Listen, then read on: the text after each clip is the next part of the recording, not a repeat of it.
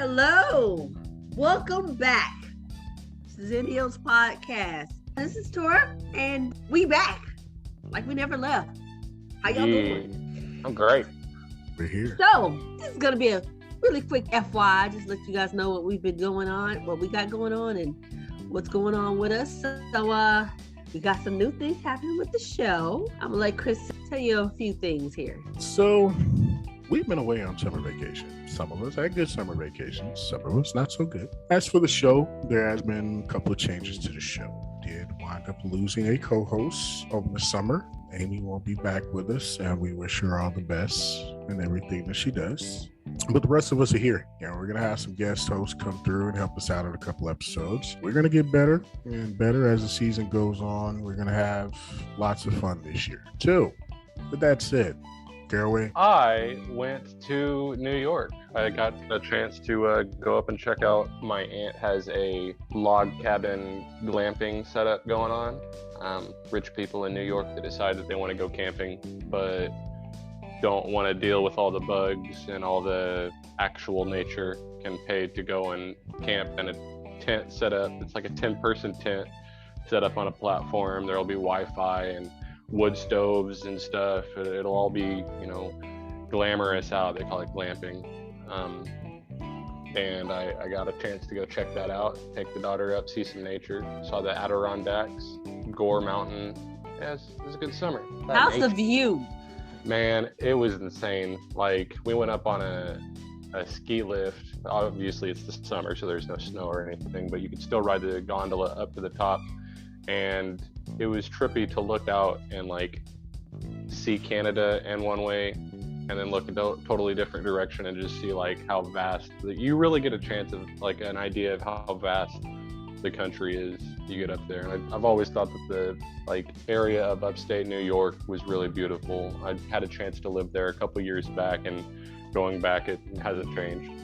I can't wait to I'm thinking about doing maybe during the summer season, like camping seasons and the like skiing season, I might go up there for a month out of the year each and help her with that, because I mean she's got like 4 campsites already set up and 2 Airbnb rooms on top of her cabin, so she's gonna have a lot of regular guests and she'll need a handyman, and she's living out in the woods, so probably wouldn't be bad to have somebody else there with her. In the group chat, Caraway sent out pictures, and it was very nice. It was beautiful. Oh yeah. Somewhere you wouldn't mind being opposite of this heat. Yeah, it was like 75 at the highest the entire time I was there, and it rained a couple days, but other than that, it was beautiful. Good contrast. Yeah, it looked nice. Nice. That's how I felt when I went back home. I went home for the summer due to death in the family. But I went home this summer, and I forgot what 75 degrees in the morning felt like. And it felt so nice and so lovely. Yeah, it's good. So beautiful. Well, you constantly feel like you're forgetting something. You're like, I should have, Oh my goodness. It was so nice. And I was just like, man, I forgot what lake air feels like. It was nice, and you don't have to die every time you walk outside. Oh my goodness. And then I came back to Texas, and of course it was 100 degrees as soon as I stepped off the plane. I didn't even get off the plane good. It was just 100. We entered the atmosphere of Texas. It's 100. Dude. I didn't even talk, like, my flight to get there, I ended up taking Southwest. I flew from Love Field to Baltimore to Syracuse, which, like, Baltimore is their hub, so that makes sense. But coming back, we went from Syracuse to Baltimore to Pensacola to Love Field, because I guess we had passengers we had to let off, and we encountered a bird strike at some point, which I kind of think was bullshit, because window washes don't take an hour and a half. You know what I mean? Like Yeah. I remember being the guy to call those people, and for the most part they were slow, but yeah, not that slow. Yeah, you probably had a bird strike. You probably struck the engine. So now we gotta have a whole engine check to make sure the birds pieces are all out. I did hear them do e-tops, and I was like, why the fuck are they spinning because we're flying over the Gulf. That makes okay. Yeah. Engines turn or people swim. Gotcha. All them years we spent at the airport, you just forget everything when you get on a plane. Just like, you know what, plane fly, go bye. Okay, cool. Yeah. No, it just oh man, it felt good being at home. I was home for about 10 days, so longest I've been in Chicago in years, but felt good. Condolences. Felt good. Thank you, sir. But it felt great being in there. 75. You wake up 75 outside. Yeah, okay, by the middle of the day it's 90, but it's 90 and I can deal with it. Get your shit done in the morning. Yeah, pretty much. You get everything done in the morning. Don't come back outside. But when you wake up and it's already 90 degrees outside, it's a whole different, the whole mood just changes. You wake up in a whole bad mood. It's already 90. Damn. Ugh. I'm glad to hear you enjoyed that shit, dude. Yeah, man. It was fun being home. I didn't get a chance to really do a lot of visiting like I normally do when I was there, but it just felt good to be home for a little bit.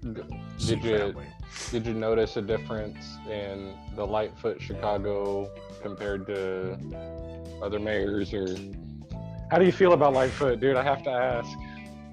I put it this way, and this is what I tell everybody about Chicago. Not much has changed in Chicago. The only thing that's changed is the media attention. Yeah. It's the same thing. It's the same cycle we've been going through the city's been going through for maybe 3 decades now. The thing about it is that there's more media attention placed on it because of it being Chicago and because of its reputation. However, it's the same. Like, to me, going through Chicago and knowing the things that I know, of course I know where to go, where not to go, how not to go there, and what areas to avoid when I don't want to go be involved with anything. But here's the thing. It's always been that way. It's always been that way. And there's every city, every state has that. I was going to say, place.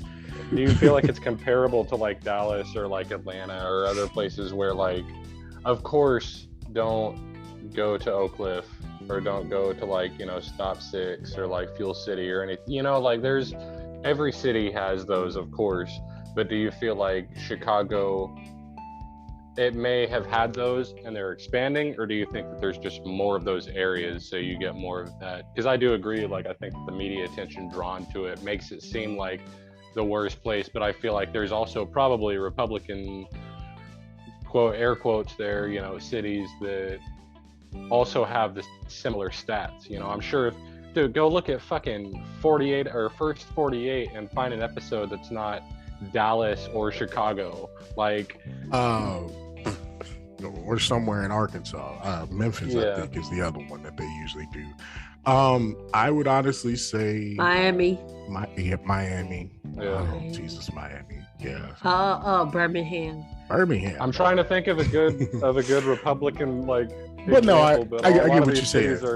I totally get what you're saying. No, honestly, I'm gonna go with that it's comparable to like going to Stop Six. I mean, not Stop Six. Oak Cliff. There's certain parts of Oak Cliff that you don't go to, and there's certain parts of Oak Cliff that you can go to. Yeah, Chicago's the same way. The thing about it is it gets more airplay. So it gets more airplay. It sounds like it's far worse than it really is. There are parts of the south side of the city, there's parts of the east side of the city, there's parts of the west side of the city that are beautiful. Absolutely beautiful. And then there's parts of those same spots in the city that you look at, you're just like, what episode of Shameless was filmed here? Like, not today, buddy. Not today. But it's so, I think the one thing that really did break my heart is going through the city and going through my old neighborhood and just seeing spots that were no longer there. And you could tell just the economy of the city itself is just not the way that it used to, because there was old So you think malls those that I spots used are to hang out. expanding? Well, it's there's no they're out of jobs, they're out of money. It's really where it is. And a lot of people see it as like, they see what they see in the media and they're like, why would I want to invest in that? You know, see, you know what? Not to change cities, but that's how I feel about Detroit. Exactly. No, yeah, Detroit is the perfect example. Exactly. That's how I feel about Detroit. Once all the motor industries started to say, hey, look, the economy is not really doing so well here, except for the people that we're employing, and people are catching on to the fact that we're getting government money to employ. So we're kind of spending money to make money, and then all these people are buying our cars, and like, they fled, and then there's nowhere to work. And there's a lot of cities like that where Amazon will house, 8,000 employees and then go out of business. And there's like 3 towns nearby that all have like 3,000 employees that all work there. And now they just have to, it turns into a traveling circus of where can I go to the next Chewy, to the next Amazon, Geodis, wherever I can find warehouse work. Yep. And yep. I do see that being, I hate to say it, but I like, if shit doesn't change, I see Chicago going the same way that Detroit went. But then again, Detroit also went into a dip, and then it's starting to come back. Businesses are starting to like say, hey, look, this is the real America, and we want to. Yeah. I'm surprised that Elon Musk hasn't gone there. I think that if they relaxed their laws a little bit on taxing shit, and that's why. Yeah, but if the taxes was right, Elon that's why Musk he's coming to Austin. Up and through there. I think that like Texas real shit is gonna be the next California, and that it's gonna be the next. I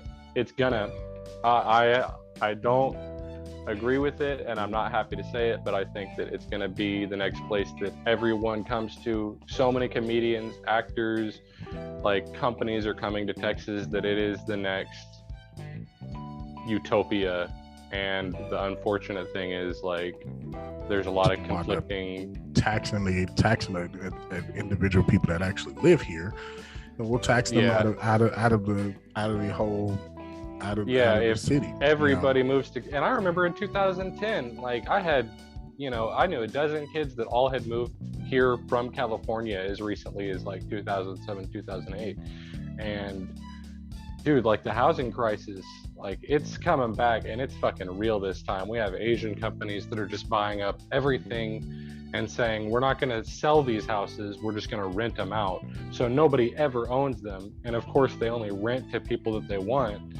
And I don't know, we may have gotten into it in a past episode about how there may be racial tension between more races than just white and black people, but there's another group that I feel may take advantage of some shit. And we're going to see a serious problem, but at the same time, it's like, well, a lot of money is also coming to Texas. People are starting to realize that, like, hey, maybe gas is expensive as fuck because we're not using our oil wells, but getting it from Russia. Like, what are we doing? all of these things. And when we talk, Chicago, we talk Texas, we talk places like that. The one common denominator that we all talk about is money. Yeah. It all comes down to money. It all comes down to wherever it goes. Yeah. Who wants to invest in it? Who wants to put the money in it? Who doesn't want to put the money in it? Who doesn't want to invest in it? Ergo, there's your problem. There's supposed to be a finite amount, and whoever has it at the moment holds on to it. Chicago had it for a good minute during the early 1900s, and then it kind of moved to LA for a little while, and now it's moving to Austin, and I guess Detroit had it between like in the 60s. 50s, it's like 60s. You said, it's a traveling circus. It's a traveling circus. Where money goes, people will follow. But I mean, let me touch back on what you said about Texas becoming the new California. Thing I see about it is with all the companies that are coming here and all the companies that are building whatever's here and putting their money here, the thing that drives me insane is that we're paying the taxes on that. The taxes that these companies aren't paying, we're paying the taxes. I'm still upset that I'm paying taxes on 2 different stadiums and I don't go to either one. So why am I paying taxes on the stadium? I've stepped foot in both of them, not for games. Put it that way. Because I'm too broke. Because you taxing the shit out of me to afford money to actually go to a game. So I got to go to the little whatever things that you have at these said stadiums that actually is going to help me out. How much sense does that make? Yeah, not much. None. I'll give you that one. So this is, listen, I'm sorry guys, we got off onto a whole nother ball game, but this is pretty much what season 2 is. Please, by all means, continue to join us every episode. Yeah. We invite her. This is us, guys. This is going to be our season 2, and we promise that we're going to get better at what we do, better at our craft, and have different conversations. A lot of interesting conversations coming up for season 2. Mm-hmm. A lot of interesting little things, little tidbits that we will be doing. The first thing that I want to get out here to the public that I'm personally excited about. The guys are too, but I'm personally excited about that we're doing musical playlists for every episode. Yeah. So first out the gate. We figured it's been a long time, and we shouldn't have left you without something to dance to. So we got Summer Jams 1, 2, and 3 that are coming up. On. Woo! Man, I'm not giving you a date. I'll put it this way: by the time this episode goes up, it will be out on YouTube and Amazon Music and Apple Music and anywhere you get your music. All you got to search for is the Xennials podcast playlist, and there we are. There we will be. We will have a playlist for you. So keep running with us. Keep joining us every week. I promise you this will get better. I promise you that it's going to be a fun and exciting season 2, and we're looking forward to having you guys here with us. That being said, take us home, Tora. Well, thank you guys for coming out. God bless. Good night. See you later. Later. Bye. Hey.